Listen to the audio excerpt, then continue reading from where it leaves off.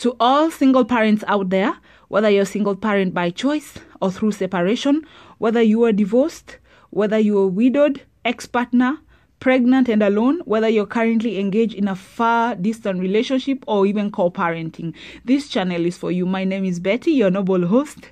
Welcome. On this platform, we do encourage all you single parents on the need to embrace self-love, practice self-care, and encourage self-growth even as you embark on the task of raising your children. Although I must tell you, this single parent, that you are not alone. God Almighty is right there by your side, holding your hand, infusing you with divine strength, courage, and wisdom in order that you may raise your children to maturity and to what He has called them to be. Okay, so be encouraged in this, dear single parent. All right, let's begin. So, I remember of a story a friend of mine shared, a very good friend of mine. She was sharing her story and she told me of years ago how she was engaged to this wonderful man at the time. And he had promised her heaven and earth, as they all do, right? And she went and conceived a child. And as soon as she told the guy, I'm pregnant, so sad. The guy left her. He actually left her. And she was there, she was contemplating, okay, I'm pregnant now. What do I do? The guy has blocked me. I can't reach him. I don't know where he is. So she thought that the only option was to have an abortion, which she did have. Yes, people, she had an abortion. And she stayed for months, asking God to forgive her. And then the guy came back. Can you imagine he came back? Oh, God. I don't know. I don't know what to say. But let me not say anything that is my opinion. Let me just give you the story as it is, okay? So he came back. He came back again. And wooed her, sued her, promised her the moon, the stars. Baby, I'm going to love you forever. And she was carried back in. She conceived again a second child, and he left. And then she had another second abortion. Yes, she did. Then he came back again. I'm telling you, true story. Then she had the third child she conceived. She decided, you know what, I cannot do this anymore. I will have this child. So, when she was telling me of the time she was having these abortions, she told me she bled a lot. Like she lost a lot of blood. Like she was bedridden for days on end. She felt like her life was just, like God was just about to take her out. And she was very regretful and remorseful. But since she was looking at her, at her economic status, and she was like, I cannot raise a child in this world by myself with nothing in my hands, so my only option is to abort this child or abort these children. And she did.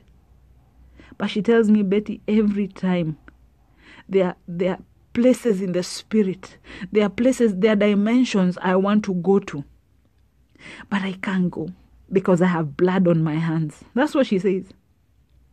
She tells me, I know God has forgiven me. I know this God has forgiven me.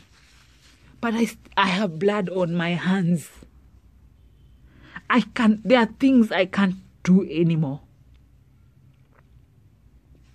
And let me tell you, dear single parents, people might take on this abortion debate and they say, I'm pro-choice. This the way the politicians come in this abortion debate and say, I am so and so, and I approve of the right of a woman to have an abortion. But they have never had abortions. Many of these people who say that are men, so they will never have the experience anyway. They wouldn't know at all what it means to have an abortion. But let me tell you, abortion is very detrimental to the woman who is having it. I know that there are people out there, women out there who've had an abortion, and they know how an abortion changes their lives. We can be pro-life or pro-choice any day, no problem. But it doesn't take away the pain, the hurtful memories. It doesn't take away the scar. It does not take away. It does not take away the scars. It doesn't. The emotional scar, the physical scar. You know, you'll always look at yourself in the mirror and you see the scar, and you always remember, I took out a life. You always, whether we are pro-choice, whether we are pro-life, okay, no problem. But the one who knows where it pinches, it is the one who had an abortion. This friend of mine tells me there are places I cannot do. There are things I can't do because I have blood on my hands. And yes, she went to God. She cried. God healed her. You know, God will heal you. Yes, He will heal you. But the scar remains. It doesn't go away. It's like you having a child. You know, you're no longer a virgin, even if you want to be. You know that, right? The scars remain. And these scars, let me tell you, most of them are more emotional than they are physical. Because a physical scar, you can ignore it. But an emotional one, it sticks to you. And it's like a reminder of where you have been, what you did. Listen to me, those ones who are pregnant and are contemplating abortion because somebody told you they approve the right of a woman to abort. Let me tell you, go ahead. But the scar will remain forever. It will. It will. And nobody lie to you that, oh, you are good, we support you. Yes, you can have a whole community of support. And I'm speaking like this passionately. Because there are women who are wounded and they cannot heal. Those scars are not healing. Because they are aborted. We can have self-help groups matching. It doesn't matter. At the end of the day, you go home by yourself and you remember what you did, and it will eat you alive. It will eat you alive. I'm telling you, it will, whether you believe that you have a right or not, that very act will eat you. This lady, this friend of mine always tells me, you know, when such and such a day comes, I always remember my child would have been this old. My children would have been this old. Imagine. She always tells me that. You know, I would have given birth to a child. My child would be 10 today.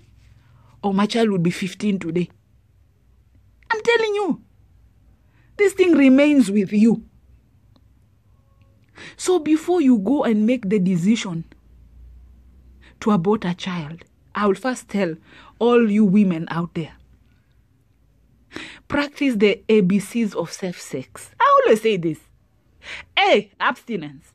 If you cannot abstain, B. B is what? Be faithful. Or use a contraceptive or something. You know? There are so many contraceptives out there that you can use. You don't have to abort a child. You're going to add trouble into your already troubled life. If you think that this is a choice you're making and you have a right to take another life, you will know. You will know. God will show you that He is the only one with the right to take a life. I mean the torment. I know mothers who are tormented because they aborted a child. The torment doesn't go away. Yes, today you are happy, then tomorrow you're like, oh God, I killed someone. The torment doesn't go away. It doesn't. It does not. It does not. Let nobody lie to you. That you are, yes, you may have a right. Yes, the Constitution might give you the right. But let me tell you, there are spiritual laws that don't correlate with your Constitution. There are spiritual laws that don't correlate with your Constitution. God's laws are his laws, and the laws of your land are as such. So don't think you can correlate and say, okay, because I've been given the right to do this, well, even my spiritual life will just pick up. Who told you? Who told you?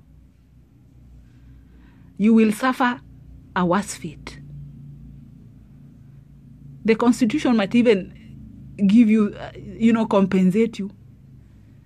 But spiritually you're blocked. There are things you cannot have access to because you have blood on your hands.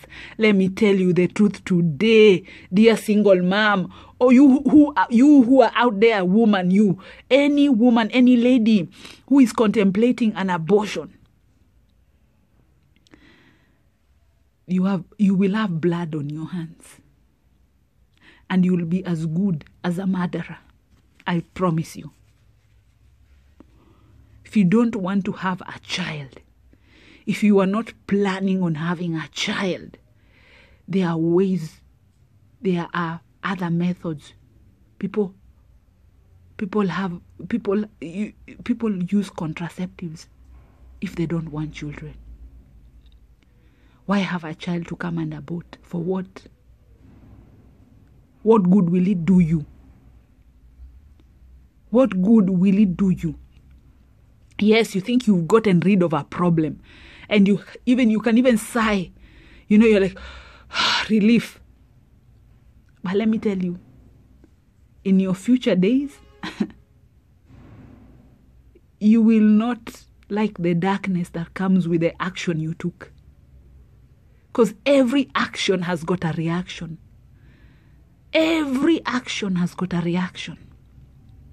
And I will remind you today, just because your Constitution gives you the right to have an abortion, your Constitution laws do not correlate to the spiritual laws. And the laws will judge you. Those spiritual laws will judge you. And sometimes harshly, in the worst way. Yes, I'm talking to all of you who have a right to abort. All of you who have been given a right by the Constitution to abort a child. God will not take it kindly. He will not take it kindly that you have blood on your hands. He will not. He will not. He will not. And because he is your judge, brace yourself for his judgment. Don't come and say that the Constitution will not help you when God takes over as your judge. When God takes over as your judge, the Constitution will not help you. It will not help you. Because he will use his own Constitution to judge you. You out there contemplating an abortion. But if you have already aborted, I tell you, run to your Maker. Make amends with him. Cry out to him. Tell him to forgive you. Tell him to have mercy on you. Because you might be thinking, oh well, I've gotten rid of a problem. But in your future, more problem will appear. I'm telling you, a bigger problem, a worse problem. Okay? I'm talking to women out there. I'm talking to women out there who don't have the fear of God in their hearts. They think they can do whatever. You say, I'm a grown woman and I can do whatever I want. Let me tell you, everything you do has a consequence, whether good or bad. So, if you don't want to have a child, if you're not planning on being a parent, don't. Keep your legs closed and be abstinent. And if you cannot, visit your nearest gynecologist for solutions. Because this thing of being pregnant and then you want to abort, then you're pregnant again, then you want to abort, then you're pregnant again, then you want to abort. What does that say about you?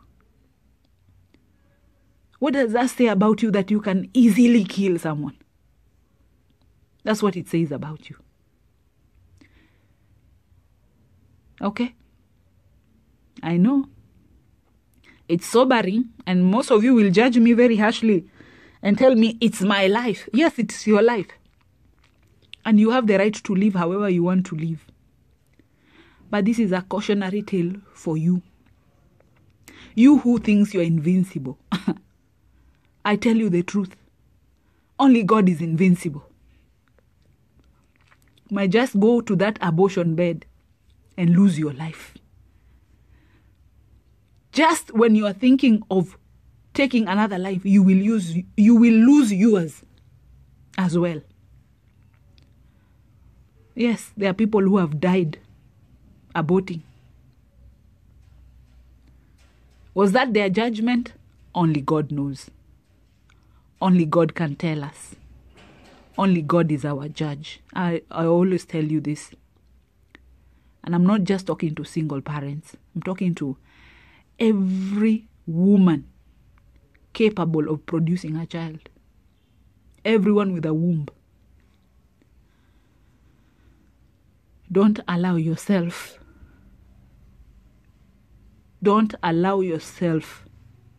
to become a fool because somebody tells you you have a right to something you don't have a right to. Nobody has a right to take another person's life. Whether it's a fetus or a zygote, whatever it is, you have no right.